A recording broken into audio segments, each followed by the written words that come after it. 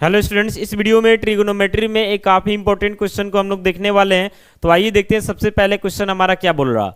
तो क्वेश्चन यहाँ पे बोल रहा कि express all the other T ratios of angle theta in terms of tan theta. तो आपको पता होना चाहिए कि ट्रिगोनोमेट्री में जो है टोटल 6 रेशियोज होता है। तो इसमें बोल रहा कि टैन थीटा को छोड़ने के बाद जो 5 ट्रिगोनोमेट्रिक रेशियोज बच रहा, इन सबके वैल्यू को जो है टैन थीटा के रूप में एक्सप्रेस करना है। तो इसके लिए जो है कुछ ट्रिगोनोमेट्रिक आइडेंटिटीज का हम लोगों को जरूरत पड़ता है, जो हम लोग पहले से जानते हैं। जैसे हम लोग ये जानते हैं पहले से कि sine square theta plus cos square theta 1 के इक्वल होता है। Sec square theta minus tan square theta ये भी 1 के इक्वल होता है। Cosec square theta minus cot square theta 1 के इक्वल होता है। Sine theta into cosec theta का बात करते हैं तो ये भी 1 के इक्वल होता है। Cos theta into sec theta का बात करते हैं 1 के इक्वल होता है। Tan theta into cot theta का बात करते हैं 1 के इक्वल होता है। फिर इसके बाद जो है टेन थीटा का फॉर्मूला हम लिख सकते हैं sine theta by cos theta, और कॉट थीटा का फॉर्मूला हम लिख सकते हैं कॉस थीटा ऊपर चला जाएगा और साइन थीटा कहाँ आ जाएगा, नीचे।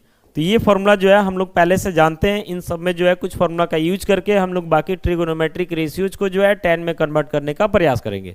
तो आइए ध्यान से देखिए, देखते हैं एक एक करके। इसमें आप किसी को पहले कर सकते हैं अपनी सुविधा के अनुसार। तो टैन है, तो सबसे पहले हम जानते हैं कि टैन थीटा और कॉट थीटा का जो प्रोडक्ट होता है ना, ये आपका 1 के इक्वल होता है। तो यहाँ से कॉट थीटा को लिखा जा सकता है इजिली 1 बाई टैन थीटा। यानी समझिए कि हमने जो है कॉट को कन्वर्ट कर लिया किसके रूप में, तो टैन के रूप में। एक काम तो हमारा हो गया। बाकी आगे बढ़ते हैं। तो यहाँ पे देखिएगा कि एक फॉर्मूला आपका है sec square theta minus tan square theta 1। अगर इस फॉर्मूला में आते हैं तो हम सेक को टैन में कन्वर्ट कर पाएंगे। तो आइए इसका यूज करते हैं। आपको हम बोले कि अपने सुविधा के अनुसार आप किसी को पहले निकाल सकते हैं। Sec square theta minus tan square theta equal to 1। आप जैसे यहाँ पहले कॉट निकाल दिए, आप चाहते तो पहले सेक में निकालते तो कोई दिक्कत होता नहीं, जो सूटेबल बैठता। तो सेक स्क्वायर थीटा आपका हो जाएगा 1, ये माइनस टेन स्क्वायर थीटा है, उधर जाके प्लस टेन स्क्वायर थीटा हो जाता है। तो सेक थीटा का वैल्यू कितना हो जाता है, तो स्क्वायर हटेगा तो इधर स्क्वायर रूट आएगा, यानी square root of 1 plus tan square theta. ये किसका वैल्यू हो गया, तो सेक थीटा का। किसके रूप में, तो टेन थीटा के रूप में।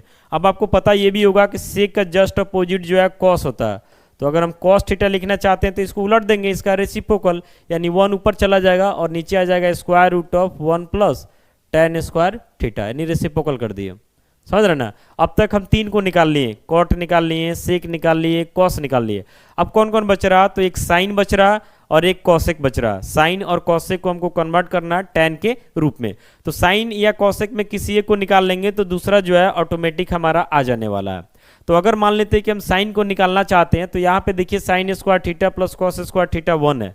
अगर इसमें कॉस थीटा का वैल्यू टैन के रूप में पुट कर देंगे तो साइन भी टैन के रूप में आ जाएगा, और साइन को उलट देंगे तो कॉसेक आ जाएगा।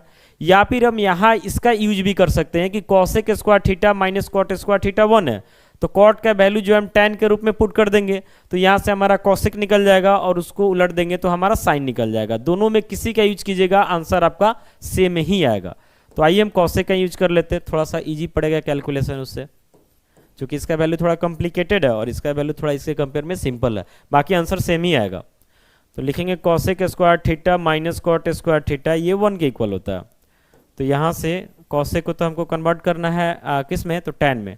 तो cosec square theta minus cot square theta को हम लिख सकते हैं, देख रहे हैं ना, कॉट थीटा का वैल्यू 1 बाई टेन थीटा, तो स्क्वायर है तो 1 का स्क्वायर 1 और नीचे हो जाएगा tan square theta equal to 1। तो यहाँ से हम लिख पाएंगे cosec square theta equal to 1, ये माइनस उधर जाके प्लस हो जाएगा 1 by tan square theta by 1 कर सकते हैं। तो यहाँ से आपका हो जाता है कॉसेक स्क्वायर थीटा, नीचे एलसीएम कीजिएगा तो आपका क्या हो जाएगा टेन स्क्वायर थीटा, 1 से डिवाइड कीजिएगा टेन स्क्वायर थीटा मल्टीप्लाई, तो ये आपका हो जाता है ten square theta plus tan square theta cut जाएगा तो 1 बचेगा, 1 से मल्टीप्लाई तो 1 हो जाएगा। तो फाइनली जो है अगर हम आगे बढ़ाते हैं इसको कॉसेक थीटा का वैल्यू लिखने के लिए, तो यहाँ से ध्यान दीजिएगा, तो कॉसेक थीटा में स्क्वायर लगा हुआ, तो स्क्वायर अपोजिट में आता है तो क्या करता है, स्क्वायर रूट डाल देता है। तो यहाँ से हम इम्प्लाई देके लिखेंगे कॉसेक थीटा इक्वल टू, तो हो जाएगा स्क्वायर रूट ऑफ, ऊपर से जाकर लिख देते हैं 1 प्लस टेन स्क्वायर थीटा लिख देते हैं, जैसे tan स्क्वायर थीटा प्लस 1 है तो इसको 1 प्लस tan स्क्वायर थीटा लिखे तो कोई दिक्कत नहीं होना चाहिए। और नीचे आपका क्या है tan स्क्वायर थीटा, तो यहाँ से कोसेक थीटा का वैल्यू आपका हो जाएगा, ऊपर हो जाएगा square root of 1 plus tan square theta, और नीचे tan स्क्वायर थीटा रूट से बाहर निकलेगा तो क्या हो जाएगा tan थीटा। यानी समझिए कि कोसेक थीटा का वैल्यू जो है किसके रूप में आ गया, तो tan थीटा के रूप में आ गया। तो हम लोग को यही बोला जा रहा था कि tan थीटा को छोड़ने के बाद जो बाकी 5 ट्रिगोनोमेट्रिक रेशियोज है एंगल थीटा के लिए, ये सबको tan के रूप में लिखना है। तो देखिए कॉट को हम लोग tan के रूप में लिख लिए, सेक को हम लोग tan के रूप में लिख लिए, कॉस को हम लोग tan के रूप में लिख लिए, फिर यहाँ कॉसेक को भी इसके रूप में लिख लिए tan के रूप में। अब कॉसेक का उल्टा साइन होता है तो साइन तो सीधे उलट देंगे तो काम बन जाएगा, तो उलट दीजिएगा तो tan थीटा कहाँ चला जाएगा, ऊपर, और square root of 1 plus tan square theta कहाँ आ जाएगा, नीचे। तो इस तरीका से हम लोग साइन थीटा को भी कन्वर्ट कर लिए किसके रूप में, तो tan के रूप में। तो पांचों जो है ट्रिगोनोमेट्रिक रेशियो किस में कन्वर्ट हो गया, tan के रूप में। यानी समझिए कि tan का वैल्यू आपको दे दिया जाए तो आप डायरेक्ट जो है इन पांचों ट्रिगोनोमेट्रिक रेशियोज का वैल्यू लिख सकते हैं। बाकी आपको बताएं कि आप मान लेते पहले ये निकाले होते फिर ये निकाले होते तो इससे कोई इशू है नहीं, आपको जो है सुविधा के अनुसार जो लगता है उसको पहले निकालिए, इसमें कोई दिक्कत है नहीं। लास्ट में पांचों को एक साथ रख करके आपको आंसर लिख देना। उम्मीद करते हैं क्वेश्चन आपको समझ में आ गया होगा। बाकी मिलते हैं अगले वीडियो के साथ। Thank you.